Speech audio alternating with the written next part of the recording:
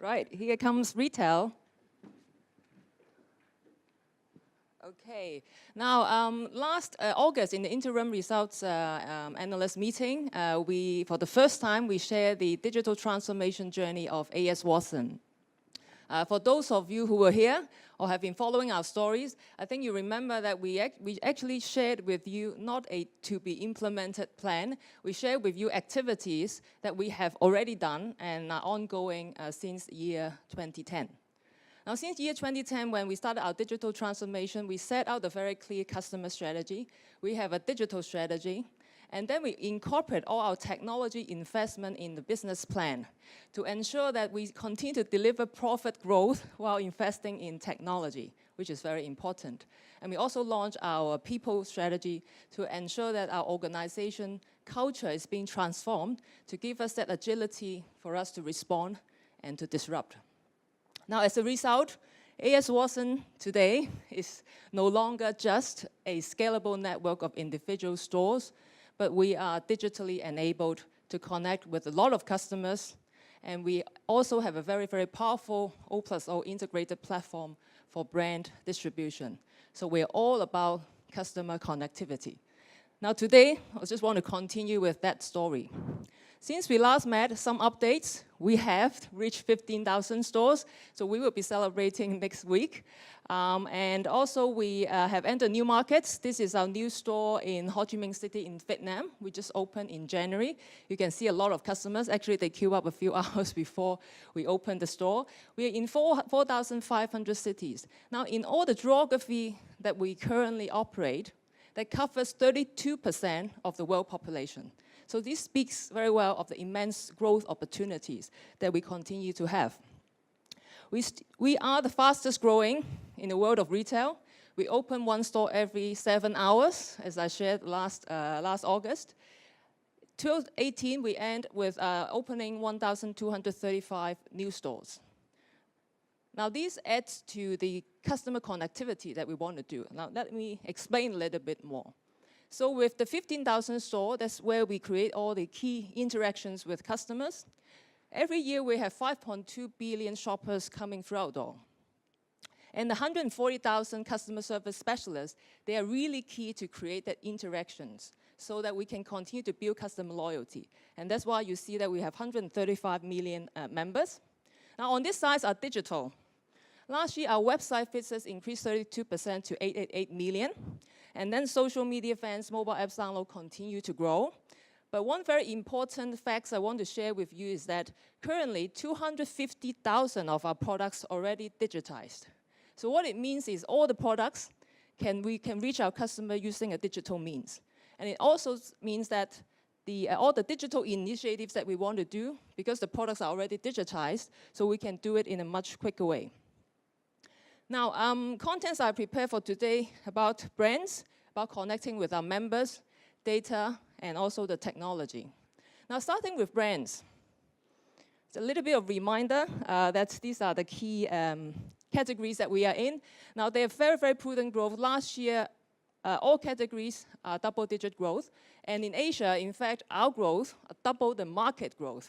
So we continue to be very, very strong in these categories. One unique thing about our business, which continue to attract so many loyalty members, is that 34% of our business, of our sales, are from exclusive products. Exclusives includes our own brand products, and also exclusive from top A brand, and also some niche brands. Now, these pictures are some of our very quality own brand, A.S. Watson branded products. As you can see, it's quite premium. So it's not the low price point type of products that you may have in your mind, but we have started premiumization many years ago. So these are made in Korea, made in Japan, and some of these makeup brands that we have. Within our business, we also try to deliver differentiation to our customers. So currently, we have 420 exclusive brands, which has actually increased 30% in the last few years, meaning that a lot of brands, big or small, niche brands, upcoming brands, social brands, they all come to A.S. Watson, not only because we are scalable in terms of our network, it's also we are digitally connected with the customers. Examples, Recently, we announced with L'Oreal, they put their technology Multiface, it's an AR virtual makeup technology, integrated exclusively for Watsons in Asia on our mobile apps. So we are able to actually integrate this in a few months' time. So starting from next week in Malaysia, customer can already experience it, and then we roll out to other markets as well. What it does for us is the customer, after they try on the mobile, then it brings us higher conversion rate. So high conversion, high intention for the customer to buy our products. That's bringing us sales. The other example, Amer Pacific, we announced in February. Amer Pacific is the largest beauty company in Korea. K-beauty, everyone loves K-beauty. Now in our business, since 2015, the growth of K-beauty products has been on CAGR 50%. Not only in Asia, but all the way to Europe. In the UK, in Netherlands, Ukraine, Turkey, all the way to Russia. When I talk to store managers, they always say, can you bring us more K-beauty products?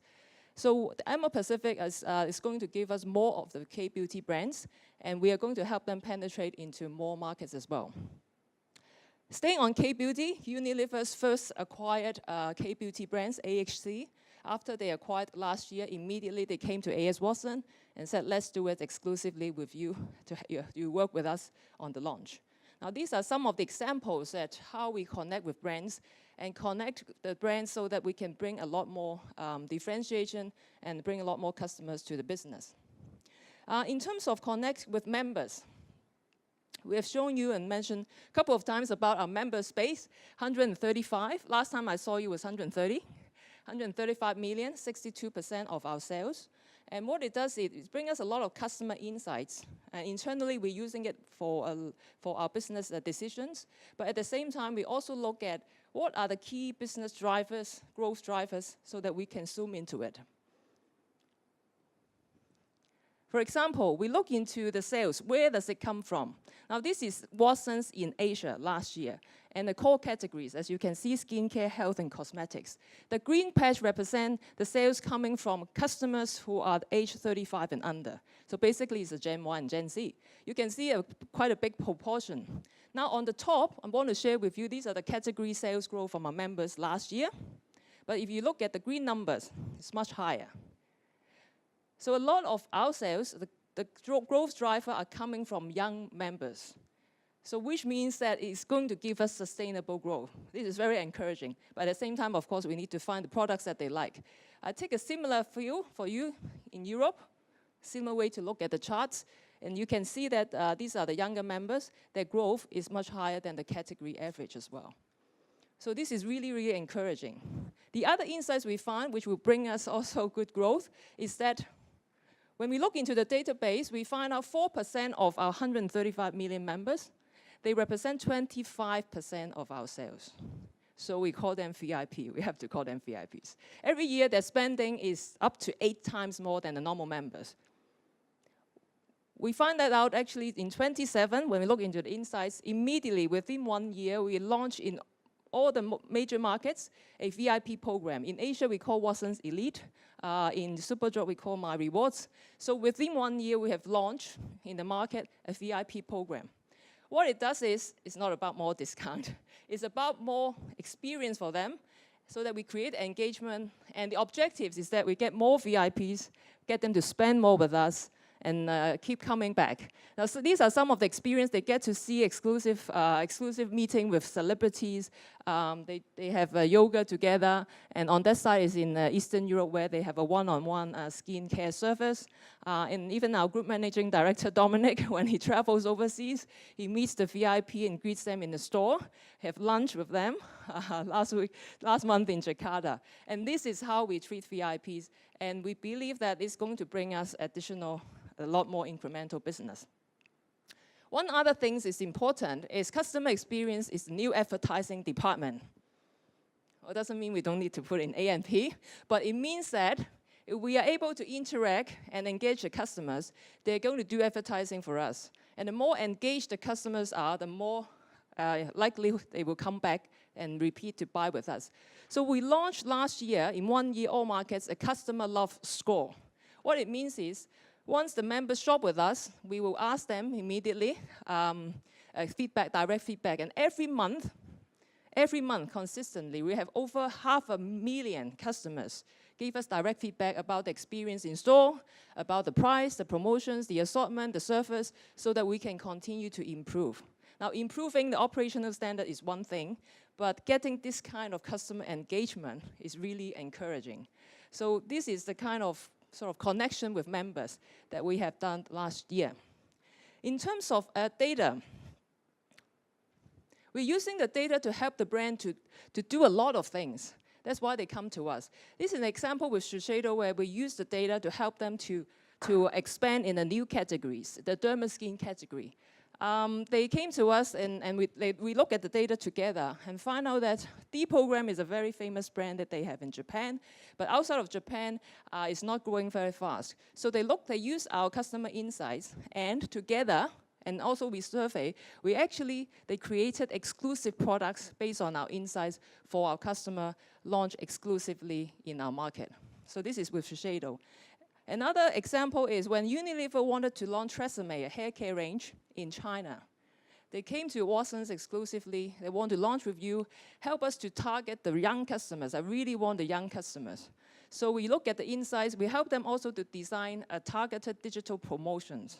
So when we really use our targeting to help them, their sales actually increased 128% in 1 week over an average week.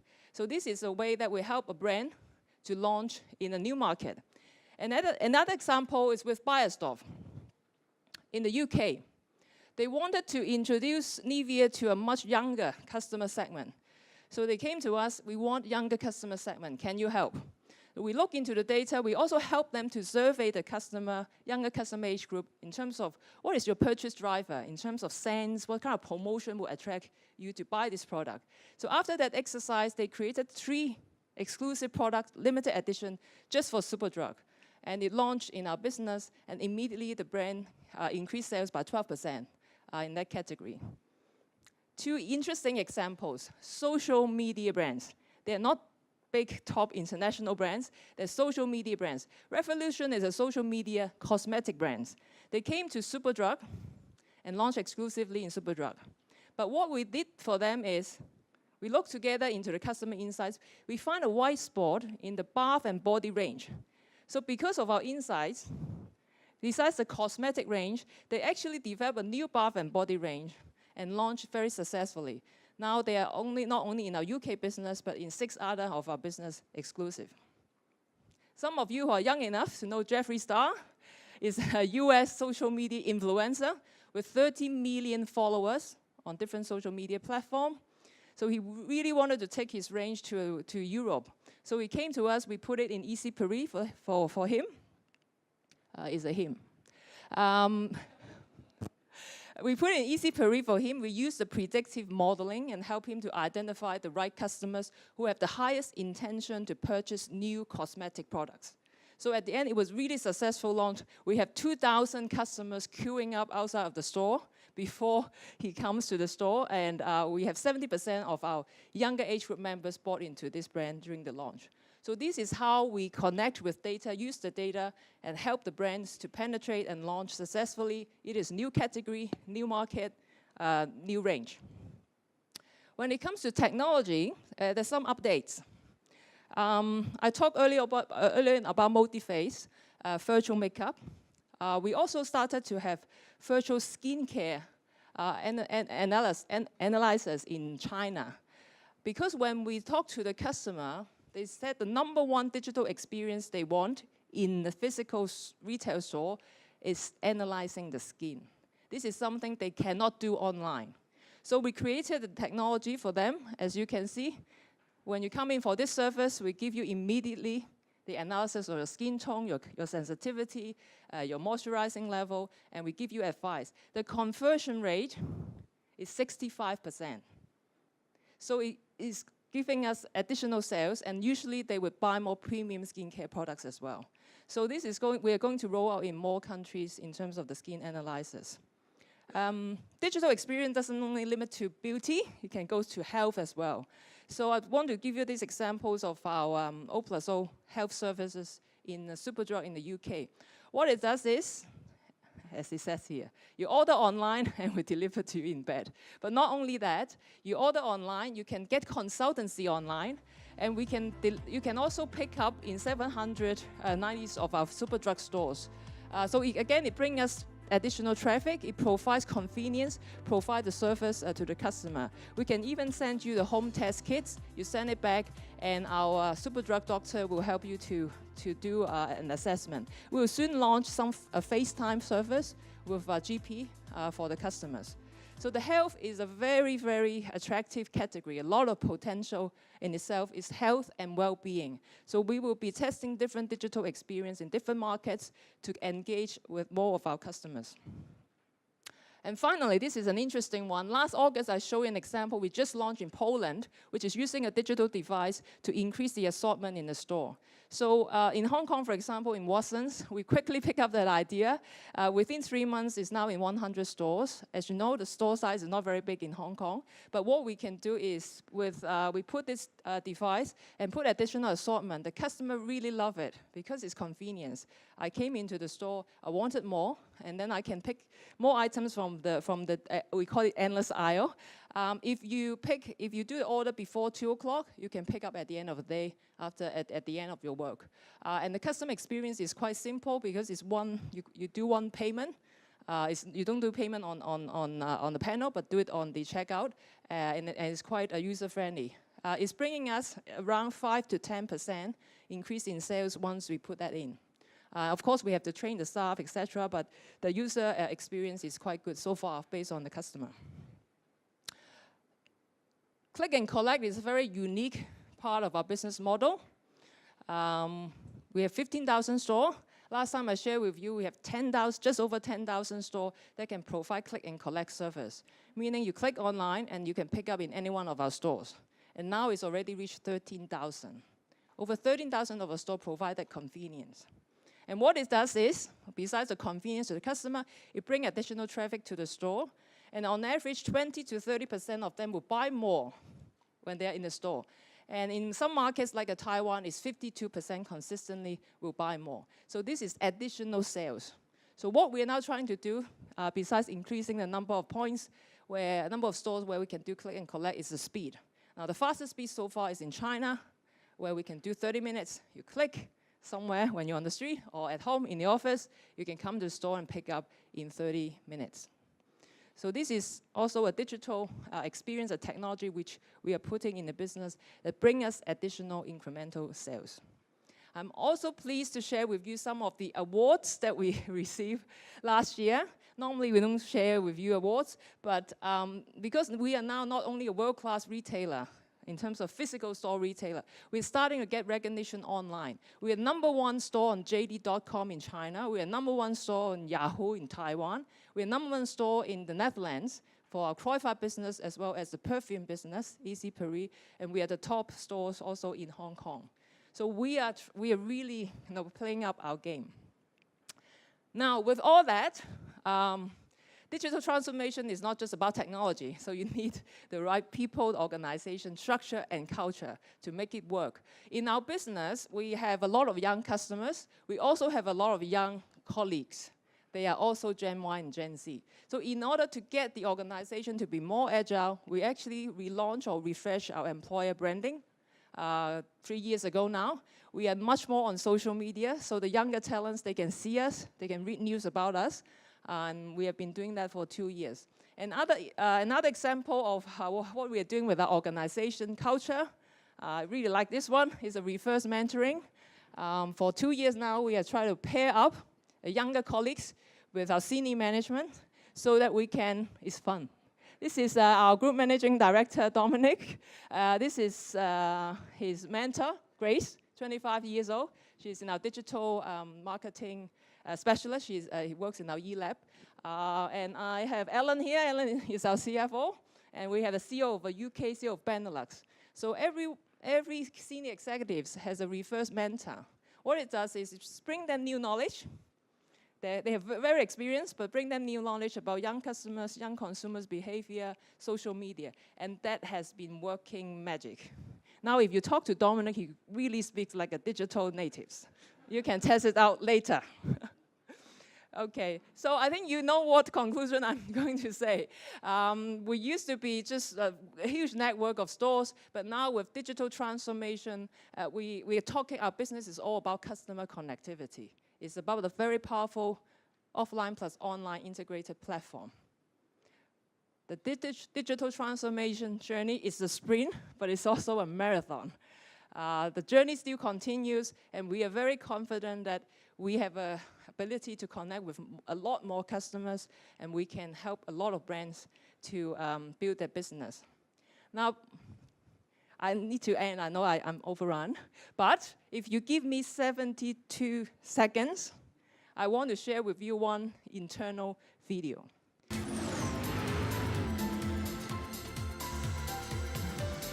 But Holland comes in for a pit stop. Time to refuel and change tires. Lou Moore himself changes the tires. Only 4 crew members, including the driver, are allowed to work on the car. It's a tense time. Holland stays in his seat, anxious to get away. Let's watch.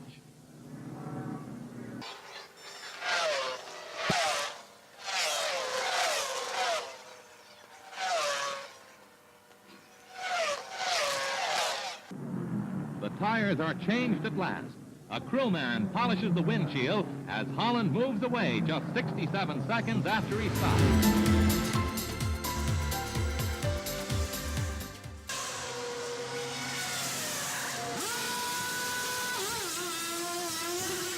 Oops. It's 2 seconds.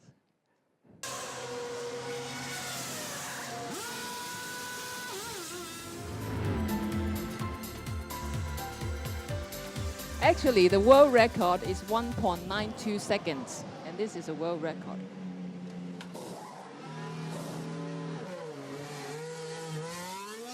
Okay.